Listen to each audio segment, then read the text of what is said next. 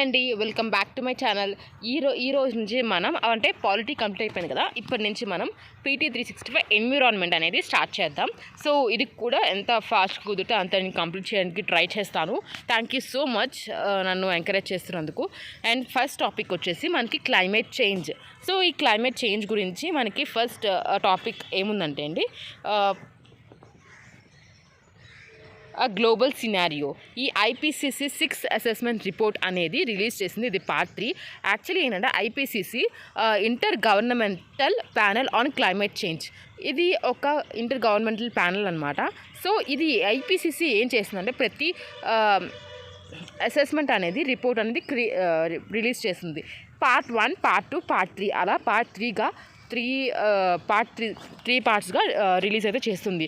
ప్రస్తుతం ఇప్పుడు రిలీజ్ చేసింది ఏంటంటే పార్ట్ 3 అనమాట. So IPCC release third part of the 6th assessment report AR6 title climate change 2022 mitigation of climate change. So ఇదైతే మనకి ఇప్పుడు రిలీజ్ చేసింది రిపోర్ట్. చెప్పాను కదా, third part already first and second part అనేది రిలీజ్ చేసేసింది. మనకి అసలు inter governmental panel of climate change ఏంటో ఒకసారి చూద్దాం. ఇదేంటంటే ఒక ఇంటర్ గవర్నమెంటల్ ఆర్గనైజేషన్ 1988లో క్రియేట్ చేశారు. ఎవరు క్రియేట్ చేశారంటే వరల్డ్ మెటీరాలజికల్ ఆర్గనైజేషన్ WMO అనేది క్రియేట్ చేశారు. ఇంకా UNEP united nation environment programme, ఈ ఇద్దరు కలిసి ఈ ఇంటర్ గవర్నమెంటల్ ఆర్గనైజేషన్ అయితే 1988లో క్రియేట్ చేశారనమాట. ఎవరు? WMO world meteorological organisation and UNEP united nation environment programme. దీని మెయిన్ ఆబ్జెక్టివ్ ఏంటంటే to provide governments at all levels with scientific information that they can use to develop climate policies. ఇప్పుడు గవర్నమెంట్స్కి వాళ్ళు ఒక policies అనేది climate develop చేయడానికి policies అనేది వాళ్ళు ప్రొవైడ్ చేస్తారనమాట గవర్నమెంట్స్కి. And IPCC is the UN body for assessing the science and related to climate change. IPCC అనేది UN body for assessing the science related climate change అనమాట. సో ఈ ఎంతమంది ఉంటారంటే 195 మెంబర్స్ అయితే ఈ మెంబర్షిప్లో అయితే ఉన్నారు. అండ్ ఇండియా కూడా ఒక మెంబరే. అండ్ ఇక్కడ అదర్ కీ ఇన్ఫర్మేషన్ ఏంటంటే it prepares assessment reports, special reports, methodology reports assessing the state of knowledge of climate change.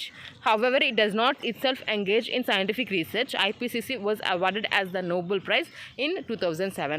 మెయిన్గా ఏంటంటే ఇప్పుడు రిపోర్ట్స్ కానీ స్పెషల్ రిపోర్ట్స్ కానీ మెథడాలజికల్ రిపోర్ట్స్ కానీ రిలీజ్ చేస్తూ ఉంటుంది అనమాట. Climate change knowledge climate change దాని గురించి. అండ్ ఇంకోటి ఏంటంటే ఇది ఒక సైంటిఫిక్ రీసెర్చ్ చేయదు. అంటే ఫర్ ఎగ్జాంపుల్ ఇప్పుడు IPCCయే ఒక సైంటిఫిక్ రీసెర్చ్ చేసి ఓకే ఇలా ప్రాబ్లం అవుతుందని చెప్పి పాలసీస్ అనేది రిలీజ్ చేయదనమాట. ఎవరో అంటే ఒక మల్టిపుల్ ఏజెన్సీస్ వాళ్ళు సైంటిఫిక్ రీసెర్చ్ చేస్తే దాన్ని బేస్ చేసుకుని ఇది రిపోర్ట్ అనేది అంటే పాలసీస్ అనేది ఇస్తూ ఉంటుందన్నమాట గవర్నమెంట్స్కి. అండ్ 2007లో కూడా IPCCకి నోబెల్ పీస్ ప్రైజ్ అనేది ఇచ్చారు. నెక్స్ట్ యాక్చువల్లీ అసలు రిపోర్ట్ ఈ 6th అసెస్మెంట్ రిపోర్ట్ పార్ట్ 3 గురించి అయితే ఒకసారి చూద్దాము. Provides and updated global assessment of climate change mitigation progress and pledges and examines the source of global emission. అంటే ఏంటంటే గ్లోబల్ అసెస్మెంట్ గురించి and global assessment of climate change గురించి, మిటిగేషన్స్ గురించి and అలా ప్రోగ్రెస్ అవుతుందని, ప్లెడ్జెస్ అని ఇవన్నీ అయితే ఈ రిపోర్ట్లో అయితే చెప్పారు. ఇంకా అదర్ రిపోర్ట్స్ ఏంటంటే report of working group 1 climate change 2021, the physical science basis released in August 2021. Report of working group 2 climate change 2022 impacts adoption and vulnerability released in February 2022. Synthesis report scheduled to release in 2023. So చెప్పాను కదా other reports, ఇవన్నీ other reports ARC అంటే ఇది part 3 కదా. Part 1 part 2 అనేది ఇక్కడ release చేశారు. Report of working group 1 and report of working group 2. And next synthesis report కూడా 2023 రిలీజ్ చేయాలన్నమాట.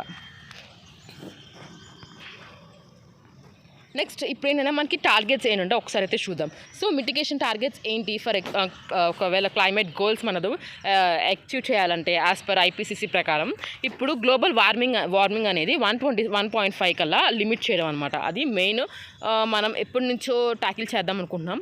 To limit global warming to 1.5 5 degrees Celsius.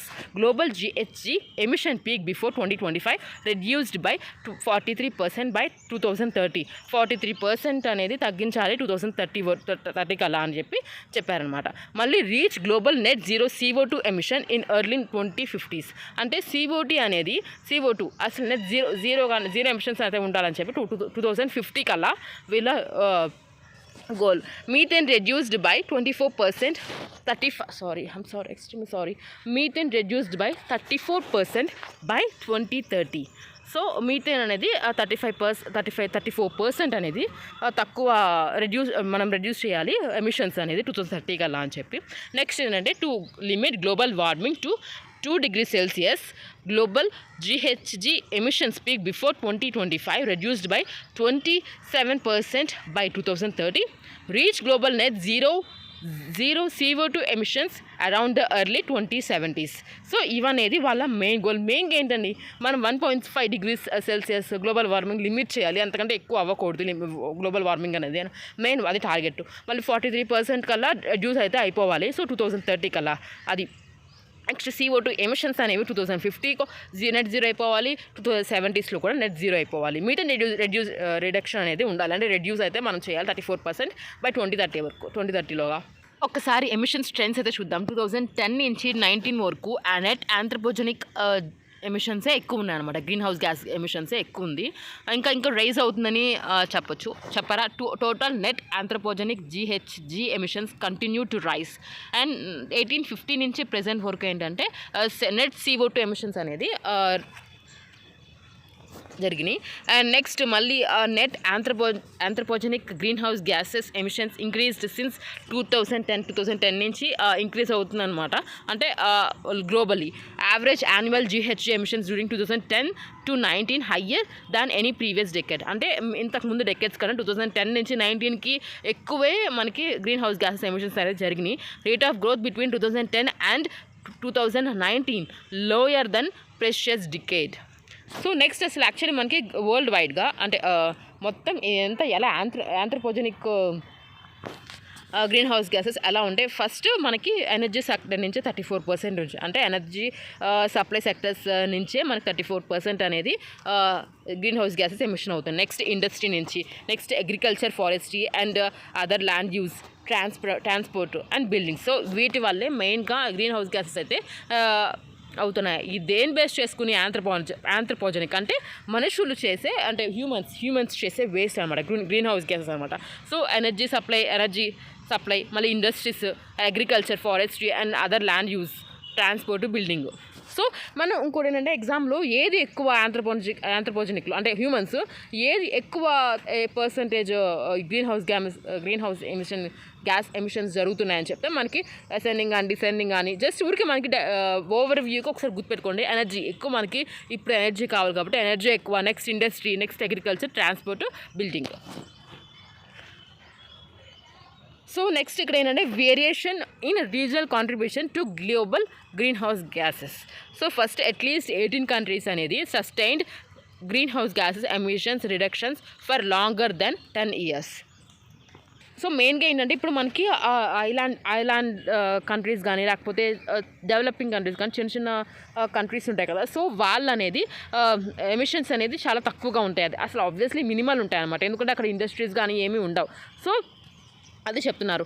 Least developed countries and small island developing states have much lower per capita emissions than the global average, excluding CO2 emitted from land use change and forestry. చెప్పాను కదా. So వాళ్ళ దగ్గర తక్కువ, so వాళ్ళ దగ్గర industries కానీ అవన్నీ emissions కానీ ఏం జరగవు. సో అది మినిమల్ అని చెప్తున్నారు. And 10% of the households with the higher per capita emissions contribute a disproportionately large share of the global household greenhouse emissions. And 10% of households అంటే ఎక్కువ హౌస్ అనేది ఎక్కువ హైయెస్ట్ పర్ క్యాపిటల్ ఎమిషన్స్ అనేది జరుగుతున్నాయని చెప్తున్నారు అనమాట. సో ఇది మెయిన్గా మనం ఏం గుర్తుపెట్టుకోవాలంటే మెయిన్గా దీని ఐపీసీసీ గురించి మనం ఎక్కువ గుర్తుపెట్టుకోవాలి, చదువుకోవాలి కూడా. ఐపీసీ 6 అసెస్మెంట్ గురించి పార్ట్ 1 పార్ట్ 2 ఆల్రెడీ రిలీజ్ అయిపోయింది, పార్ట్ 3. అండ్ ఏమేమి క్లైమేట్ చేంజ్ గురించి, ఫర్ ఎగ్జాంపుల్ ఐపీసీసీ దేని మీద బేస్ ఆప్షన్స్ ఇస్తారన్నమాట, దేనికి సంబంధించిందని, క్లైమేట్ చేంజ్ కానీ సంథింగ్ ఏదో ఆప్షన్స్ ఇస్తారు. సో మనం ఓవర్వ్యూగా గుర్తుపెట్టుకుంటే ఒక్కసారి చదివితే సరిపోతుంది, మనకి మనం ఆప్షన్స్ అనేది ఎలిమినేట్ చేసుకునే అవకాశం ఉంటుందన్నమాట. మనం నెక్స్ట్ టాపిక్ వెళ్ళిపోదాం. నెక్స్ట్ స్టెప్ వచ్చేసి మీథేన్ ఎమిషన్. మనం ఎప్పుడు కార్బన్ డైఆక్సైడ్ అండ్ CO2 దాని ఎమిషన్, గ్రీన్ హౌస్ గ్యాసెస్ వాటి గురించే మాట్లాడుకుంటాం. కానీ CO2 ఈక్వల్గా మీథేన్ కూడా ఇది చాలా చాలా డేంజర్ అనమాట. సో ఇప్పుడు ఏంటంటే రీసెంట్గా న్యూస్లో ఎందుకుందంటే గ్లోబల్ మీథేన్ అసెస్మెంట్ అనేది జరిగిందనమాట. సో ఆ అసెస్మెంట్ 2000 బేస్ లైన్ రిపోర్ట్ అనేది రిలీజ్ చేశారు. ఎవరు రిలీజ్ చేశారు? Climate and clean air coalition and united nation environment programme అనమాట. సో వీళ్ళు ఏంటంటే ఇప్పుడు వీళ్ళిద్దరూ కలిసి ఒక రిపోర్ట్ అనేది 2030 బేస్ లైన్ రిపోర్ట్ అనేది రిలీజ్ చేశారు. సో ఆ గ్లోబల్ మీథేన్ అసెస్మెంట్లో సో మెయిన్గా అసలు ఈ రిపోర్ట్లో కానీ న్యూస్లో ఏముందంటే report was launched at climate and clean air ministerial meeting. ఆ మీటింగ్లో అయితే రిపోర్ట్ అనేది లాంచ్ చేశారు. So at 27th conference of the parties to United nation framework convention on climate change UNFCCC. And ఇదేంటంటే మెయిన్గా బేస్ లైన్ అంటే examines the base line protections of the methane emissions. అంటే methane emissions ఎక్కడి నుంచి వస్తున్నాయి, అంటే implications ఏంటి, and ఇంకోటి ఏంటంటే మనం ఈ డికేట్స్లో మీథేన్ ఎమిషన్స్ ఎలా ఉన్నాయి, ఆ రిపోర్ట్ అనేది వాళ్ళు ఇచ్చారనమాట. సో మనం ఇప్పుడు ఏంటంటే వాళ్ళు ఏం టార్గెట్ చేస్తున్నారంటే గ్లోబల్ మీథేన్ ప్లెడ్జ్, అంటే మీథేన్ కూడా మినిమల్ అంటే రెడ్యూస్ చేయాలన్నమాట ఎమిషన్స్ని. సో మెయిన్గా టార్గెట్ అది. ఇప్పుడు మామూలుగా మనకి కీ ఫైండింగ్స్ ఏంటంటే ఇప్పుడు మనకి ప్రీ ఇండస్ట్రియల్ లెవెల్స్ ఉన్నాయి కదా. సో అప్పుడే 260% అనేది అట్మాస్ఫియర్లో మీథేన్ ఉంది. అండ్ ఇంకోటి ఏంటి, ఈ కరెంట్ వార్మింగ్ అయితే అవుతుంది కదా. సో దాని 45% అనేది హ్యూమన్ దగ్గర నుంచి మీథేన్ అనేది ఎమిషన్స్ అనేది జరిగినాయి అనమాట. Human driven methane emissions are responsible nearly 45% of the current net warming. Next 2021లో ఏంటంటే హయ్యెస్ట్ యాన్యువల్ ఇంక్రీజ్ అయితే చూసాం మనం మీథేన్ అనేది. అదైతే మీథేన్ అనేది హయ్యెస్ట్ 2021లో అయితే చూసాం అనమాట. నెక్స్ట్ ఇప్పుడు మనకి మీథేన్ గురించి ఒకసారి చూద్దాం. మీథేన్ ఎక్కడి నుంచి వస్తుంది, ఎలా అని చెప్పి. ఫస్ట్ ఎక్కువగా మీథేన్ వెట్లెండ్స్ అంటే బయోలాజికల్లీ అని చెప్పొచ్చు. అంటే most of the increase in emissions seems to be A biological in origin. చూసారా, biological in origin rather than having released from below earth surface during the extraction of the fossil fuels. So మెయిన్గా biological అనమాట, అంటే వెట్లాండ్స్లో and fossil fuel extractions తర్వాత next livestock, landfill and agriculture waste, natural geological seeds, rice cultivation, burning of plant matter, terminates and other wild animals termites. So ఇక్కడ నుంచి అయితే మనకి methane అనేది వస్తుంది. సో మెయిన్గా ఎక్కువ వెట్లాండ్స్ నుంచి అయితే మనకి మీథేన్ వస్తుంది. నెక్స్ట్ ఫాసిల్ ఫ్యూయల్ అట్రాక్షన్స్కి నుంచి. నెక్స్ట్ ఇంకోటి ఏంటంటే క్యారెక్టర్స్ ఏంటంటే అది కలర్లెస్ ఉంటుంది అండ్ ఆర్డర్లెస్ గ్యాస్. మళ్ళీ primary component of natural gas. Methane అనేది ఒక ప్రైమరీ కాంపోనెంట్ అనమాట న్యాచురల్ గ్యాస్కి. అండ్ ఈ పవర్ఫుల్ ఇది ఒక మీథేన్ అనేది పవర్ఫుల్ గ్రీన్ హౌస్ గ్యాసెస్ అనమాట. లైఫ్ స్పాన్ అనేది 20 years కంటే 20 years ఉంటుంది. అండ్ కొంచెం తక్కువ కంటే CO2 కంటే కొంచెం తక్కువ అనమాట. గ్లోబల్ వార్మింగ్ అనేది ఇది 80 times గ్రేటర్ దెన్ CO2 అంట. సో అంటే ఇప్పుడు CO2 కంటే 80 times ఎక్కువ మీథేన్ అనేది. నెక్స్ట్ ఇది ఏం రెస్పాన్సిబుల్ అంటే మెయిన్గా 25% ఆఫ్ ది గ్లోబల్ వార్మింగ్కి ఇదే కారణం, మీథేన్ అనే కారణం. మళ్ళీ half of the growth in the troposphere ozone formation. ఇప్పుడు మనకి స్ట్రాటోస్పియర్లో ఓజోన్ అనేది ఉంటుంది కదా. సో అది మంచి ఓజోన్. కానీ అదే ఇప్పుడు ఒకవేళ ట్రోపోస్పియర్లో ఓజోన్ ఫార్మేషన్ అనేది అది ఓజోన్ అనేది మంచిది కాదనమాట. సో ఆ ఓజోన్ ఫార్మేషన్ కూడా హాఫ్ ఓజోన్ ఫార్మేషన్ ఈ మీథేన్ వల్లే అని అంటున్నారు, అది రెస్పాన్సిబుల్ అంట. And India among the top 5 methane emitters in the world. అంటే ఎమిషన్స్లో మీథేన్ ఎమిషన్స్లో వరల్డ్లో మనం వన్ ఆఫ్ ది టాప్ అనమాట అమాంగ్ 5. సో ఎన్నో ఇయర్స్ నుంచి మనం ఈ మీథేన్ అనేది నెగ్లెక్ట్ చేస్తున్నాం. సో మనం ఎక్కువ కాన్సన్ట్రేషన్ CO2 మీద చేస్తాం, ఎందుకంటే CO2 రెడ్యూస్ చేయాలి అండ్ గ్లోబల్ హౌస్ అంటే వార్మింగ్ అనేది రెడ్యూస్ చేయాలని చెప్పి అనుకున్నాం. కానీ ఇప్పుడు ఈ మీథేన్ కూడా చాలా డేంజర్గా ఉందని చెప్తున్నారు అనమాట. సో మెయిన్గా ఇక్కడ మనం ఇందాక చూసాం కదా, గ్లోబల్ మీథేన్ ప్లెడ్జ్ అనేది టార్గెట్ చేయాలి అని చెప్పి అన్నారని చెప్పి. సో ఒకసారి అయితే ఈ ప్లెడ్జ్ అయితే ఒకసారి చూద్దాం. రీసెంట్గా ఏంటంటే ఈ ఆస్ట్రేలియా అనేది ఈ గ్లోబల్ మీథేన్ ప్లెడ్జ్లో అయితే జాయిన్ అయిందనమాట. సో దానివల్లే ఇప్పుడు మనం ఇది కూడా చదువుకోవాలి, చాలా ఇంపార్టెంట్. అండ్ ఇక్కడ ఎప్పుడు లాంచ్ చేశారంటే COP26, మనకు అందరికీ తెలిసింది అది. COP26 చాలా ఫేమస్. సో COP26 2021లో అయితే లాంచ్ చేశారు ఈ గ్లోబల్ మీథేన్ ప్లెడ్జ్ని. అంటే రెడ్యూసెస్ మీథేన్ ఎమిషన్స్, అంటే మీథేన్ ఎమిషన్స్ని రెడ్యూస్ చేయడానికి ఏదైతే మనకి లాంచ్ చేశారు. United States and European Union ఈ రెండు అయితే లీడ్ చేస్తున్నాయి ఈ గ్లోబల్ మీథేన్ ప్లెడ్జ్ని. వాళ్ళు మెయిన్గా ఏంటంటే అసలు to collectively reduce methane emissions at least 30% below 2020 levels by 2030. అంటే 30% అనేది ఖచ్చితంగా ఎమిషన్స్ అనేది వాళ్ళ మెయిన్ టార్గెట్.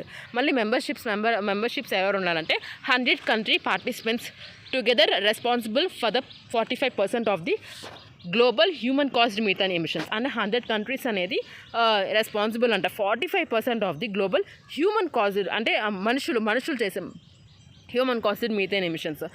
ఇండియా అనేది ప్లెడ్జ్కి, అంటే ఈ గ్లోబల్ మీథేన్ ప్లెడ్జ్కి అయితే సైన్ అయితే చేయలేదు. India did not sign the pledge because of its concerns over the impact on trade on the countries vast farm sector and the role of livestock in rural economy.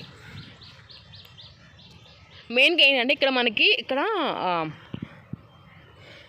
టర్మిట్స్ and other wild animals, ఇంకా landfill and agriculture waste కూడా ఉంది కదా. So ఇప్పుడు ఏంటంటే India అనేది ఈ methane pledge అయితే మనం సైన్ చేయలేదు. ఎందుకంటే ఒకవేళ సైన్ చేస్తే మనం ట్రేడ్ దగ్గర కానీ లేకపోతే ఇంపాక్ట్ అవుతుందని, మళ్ళీ ఫార్మ్ సెక్టర్ అనేది ఒక ఎఫెక్ట్ అవుతుందని, మళ్ళీ role of livestock farming అంటే even role of livestock అంటే వాళ్ళకి ఇబ్బంది అవుతుందని చెప్పి మనం ప్రస్తుతం సైన్ అయితే చేయలేదు.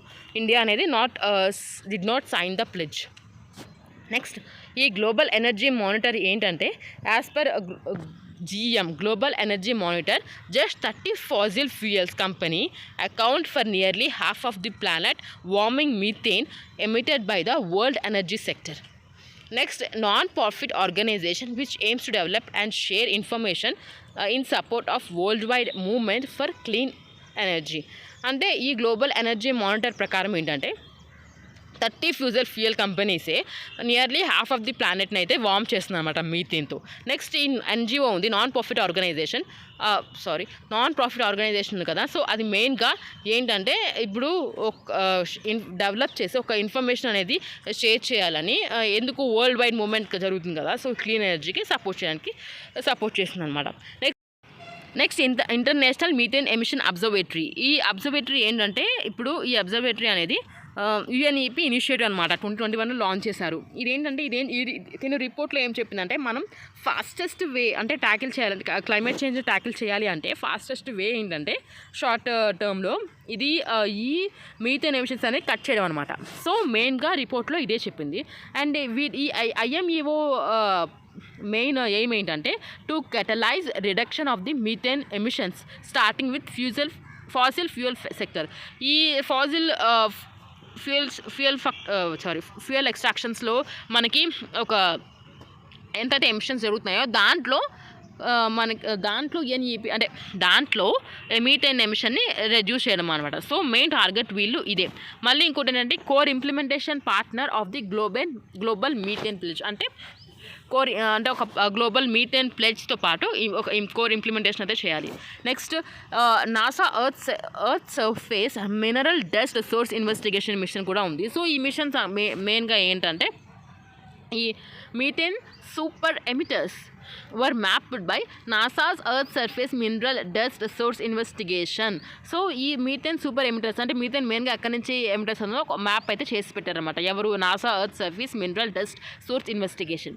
ఈ emission help to identify more than 50 super emitters of the methane gas in central Asia. ఇది యూజ్ చేసి మెయిన్గా వాళ్ళు 50 సూపర్ ఎమిటర్స్ అనేది మీథేన్ గ్యాస్ ఎక్కడి నుంచి ఎక్కువ మోతాదులో వస్తుందని చెప్పి ఎక్కడెక్కడ వస్తుందని చెప్పి ఒక 50 ఏరియాస్ అంటే కనుగొన్నారు.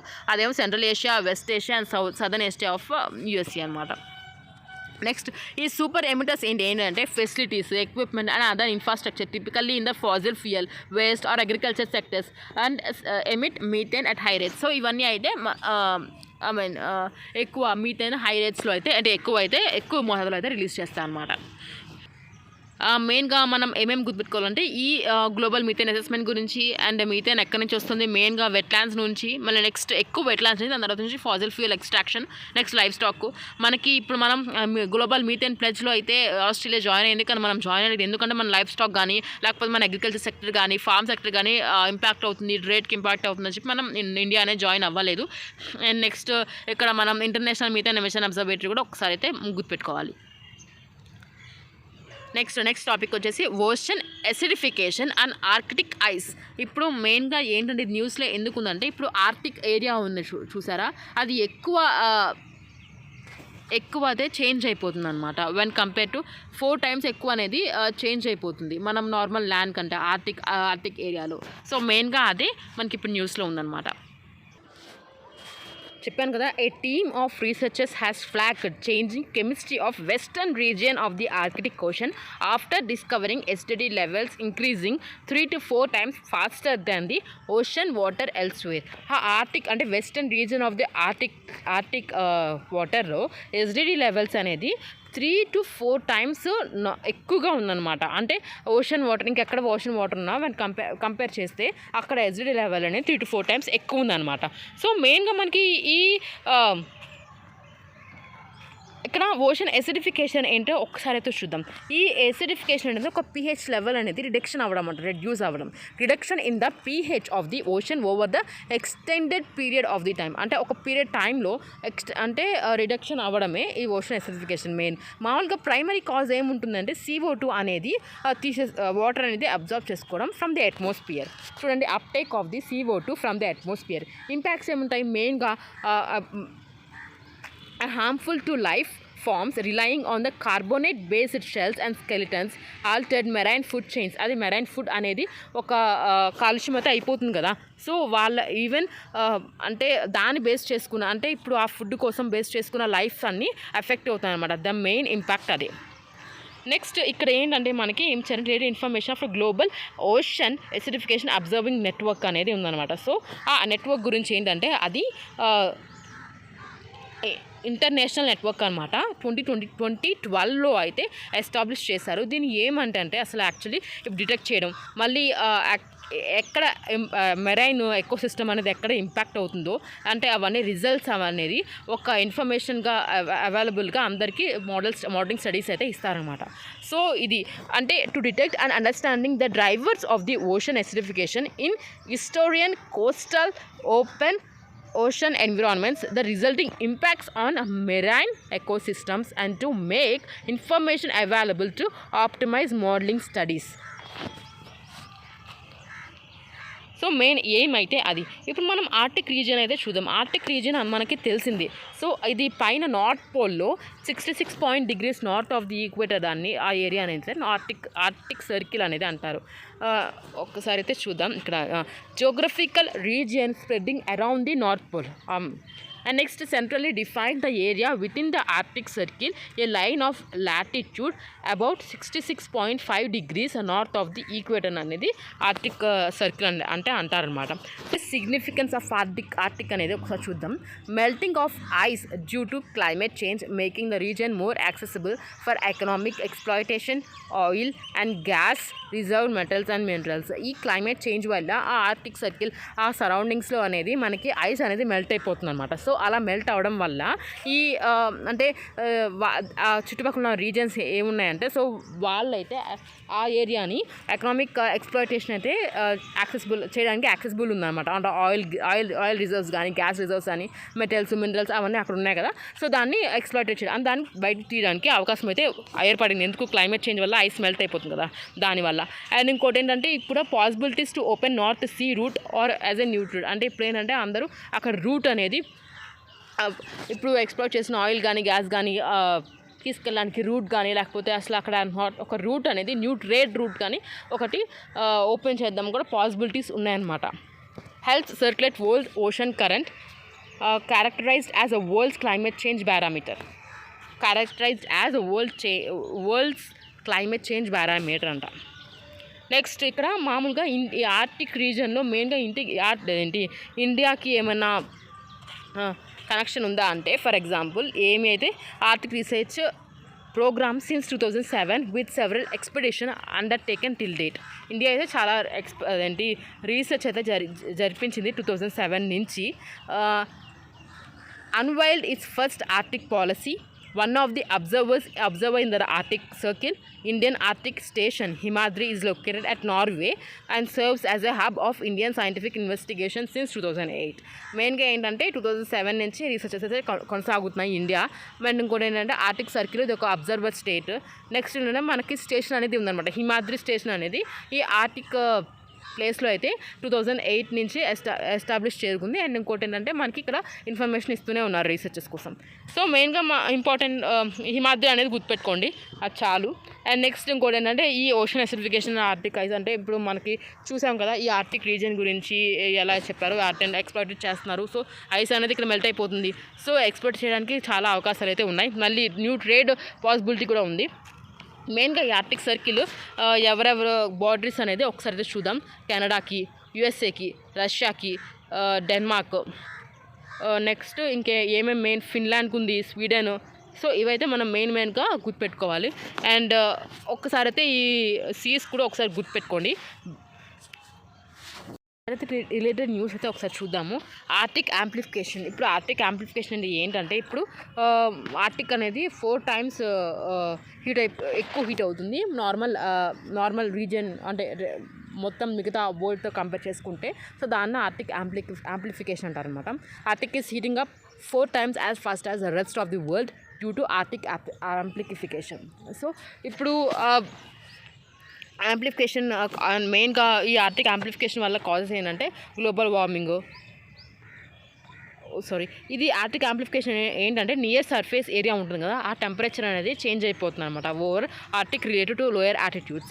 సో టెంపరేచర్ అనేది చేంజ్ అయిపోతుంది అనమాట ఆర్టిక్ లోయర్ లాటిట్యూడ్స్లో మిగతా ఏరియాలో కంపేర్ చేసుకుంటే. నెక్స్ట్ ఇంకంటే ఏ వల్ల కాజెస్ ఏంటంటే అంటే ఆర్టిక్ యాంప్లిఫికేషన్ వల్ల కాజెస్ ఏంటంటే global warming, ice albedo feedback, next lapse rate feedback, water vapour feedback and ocean heat transport. So ఇవన్నీ అయితే కాల్స్ అనమాట. నెక్స్ట్ ఇంకా ఇంపాక్ట్ ఏముంటుందంటే మెయిన్గా అక్కడున్న ఫౌనా ఉంటుంది కదా, సో ఆ ఫౌనా ఒకవేళ మెల్ట్ అయిపోతే effects of fauna on the region especially polar bears, whales and seals would open up to the. అండ్ ఇంకోటి ఏంటంటే సీ ట్రేడ్ చెప్పాను కదా, సీ ట్రేడ్ అనేది వాళ్ళు ఒక రూట్ అనేది పాసిబిలిటీ అయితే ఉంది. ఒకవేళ ఇవన్నీ ఐస్ అయితే మెల్ట్ అయిపోతే ఇంకా టెంపరేచర్ అనేది రైజ్ అవుతే ఖచ్చితంగా అక్కడ రూట్ అనేది ఎక్స్ప్లోర్ చేయడానికి న్యాచురల్ గ్యాసెస్ని ఖచ్చితంగా రూట్ అనేది కూడా ఏర్పడిపోతుంది అనమాట. సో ఇది మెయిన్ ఇంపాక్ట్స్. నెక్స్ట్ ఇక్కడ వీళ్ళే మనకి మెయిన్గా చెప్పారు, ఎలా ఒక డయాగ్రామ్ ద్వారా చెప్పారనమాట. సో మెయిన్గా ఏంటి ఇక్కడ ఈ ఐస్ అనేది కదా, ఈ ఐస్ అనేది మెల్ట్ అయిపోతే ఇప్పుడు less reflection, more absorption, warming up of upper ocean layer, larger energy flow, rise on temperature at earth surface, melting of sea ice and snow. So ఇవన్నీ అయితే జరిగితే మనకి గ్లోబల్ వార్మింగ్ అనేది వస్తుంది. సో మెయిన్గా ఇదే చెప్పారనమాట. మెయిన్గా ఈ డయాగ్రామ్ ద్వారా మనకి అర్థమైపోతుంది ఆర్టిక్ యాంప్లిఫికేషన్ అంటే ఏంటో. నెక్స్ట్ ఇక్కడ zombie ice or doomed ice అంటే ఏంటంటే ఇప్పుడు జాంబీ ఐస్ అనేది ఏంటంటే మెయిన్గా ఒక గ్రీన్లాండ్ ఐస్ షీట్ ఉంటుంది అనమాట. పెద్దగా ఒక ఐస్ షీట్ అనేది పెద్దగా ఉంటుంది. అండ్ ఇంకోటి ఏంటంటే దాన్ని ఆనుకునే అంటే దాన్ని డిపెండ్ అయ్యే ఒక సింగిల్ చిన్న అవి కూడా అంటే చిన్న ఒక బ్లాక్స్ అనేది ఉంటాయన్నమాట, ఐస్ బ్లాక్స్. సో ఇప్పుడు ఏంటంటే ఆ మ్యాసివ్ గ్రీన్ ఐస్ షీటే గ్లోబల్ సీ లెవెల్ రైజ్ అయిపోయి అట్లీస్ట్ 10 inches ఎప్పటికప్పుడు రైజ్ అయిపోతుంది అనమాట. సో దానికే అంత ఫుడ్ లేనప్పుడు సో ఇంకా చిన్నవి కూడా ఎలా డిపెండ్ అవుతాయి. సో మెయిన్గా ఒక ఎగ్జాంపుల్, మీరు కన్ఫ్యూజ్ అవ్వద్దు, చెప్తా ఒక్క నిమిషం మీకు. Zombie ice from massive Greenland ice sheet will eventually rise global sea level by at least 10 inches. It's the ice that is still attached to the thicker areas of ice but no longer getting fed by the larger glaciers because parent glaciers are not getting less replenishing snow. ఇప్పుడు మామూలుగా parent గ్లేషియర్కి తనకి food అనేది దొరకట్లేదు. So అప్పుడు తనకి depend అయిన వాళ్ళకి కూడా ఎలా అంటే ఇప్పుడు ఆ డిపెండ్ అయిన వాళ్ళకి కూడా పేరెంట్ గ్లేషియర్ నుంచే వస్తాయి అన్నమాట. బట్ ఇప్పుడు ఏంటంటే ఆ పేరెంట్ గ్లేషియర్కి ఫుడ్ లేకపోతే దానికి డిపెండ్ అయిన ఏరియాలు కూడా ఎలా వస్తాయి. సో దాన్ని ఇప్పుడు zombie ice or doomed ice అని మాత్రం అంటారనమాట. నెక్స్ట్ ఇక్కడ ఈ ఆర్టిక్ రిపోర్ట్ 2022లో ఒక రిపోర్ట్ అనేది వచ్చింది, రిపోర్ట్ కార్డు. ఆ రిపోర్ట్ కార్డు ఎవరు రిలీజ్ చేశారంటే US national oceanic and atomic administration అయితే రిలీజ్ చేశారు. వాళ్ళు 2006 నుంచి రిలీజ్ చేస్తూనే ఉన్నారు ప్రతి యాన్యువల్లీ, అంటే ప్రతి ఇయర్కి ఒకసారి. ఏంటంటే ఒక review, it is a peer reviewed source and provide and up to date environment information on the Arctic. అంటే ఆర్టిక్లో జరుగుతున్న ఎన్విరాన్మెంట్ ఇన్ఫర్మేషన్ అంతా వాళ్ళు ప్రొవైడ్ చేస్తారనమాట. నెక్స్ట్ కీ హైలైట్స్ ఏంటంటే ఆర్టిక్ అనేది కంటిన్యూస్గా వార్మ్ అయిపోతుంది twice as fast as rest of the globe. అంటే ఇప్పుడు గ్లోబ్ ఎంత అంటే మిగతా ఏరియాలో మనకి ఎర్త్ అనేది ఎంత ఫాస్ట్గా వార్మ్ అయిపోతుంది, దానికంటే 2 times ఫాస్ట్గా అయితే ఆర్టిక్ అనేది వార్మ్ అవుతుంది అనమాట. అంటే ఆర్టిక్ ఏరియా అనేది మెల్ట్ అయిపోతుంది ఐస్ అనేది. Next persistent summer sea ice due to cooler surface waters and north winds at Chukchi. Persistent summer sea ice due to cooler surface waters and north winds at Chukchi అనమాట. So ఇది మనకి first టాపిక్లో first 1.1 అనేది complete అయింది. Next వీడియోలో మిగతావన్నీ నేను చెప్తాను. ఐఎమ్ సారీ అండి, నేను మిస్టేక్స్ చేస్తుంటే ఐఎమ్ ఎక్స్ట్రీమ్లీ సారీ. నేను మ్యాక్సిమం నేను బాగా ఎక్స్పీరియన్స్కి ట్రై చేస్తున్నాను. Thank you so much. ఛానల్కి సబ్స్క్రైబ్ చేయండి, మీ ఫ్రెండ్స్ కూడా షేర్ చేయండి ఒకవేళ మీకు నచ్చితే. Thank you.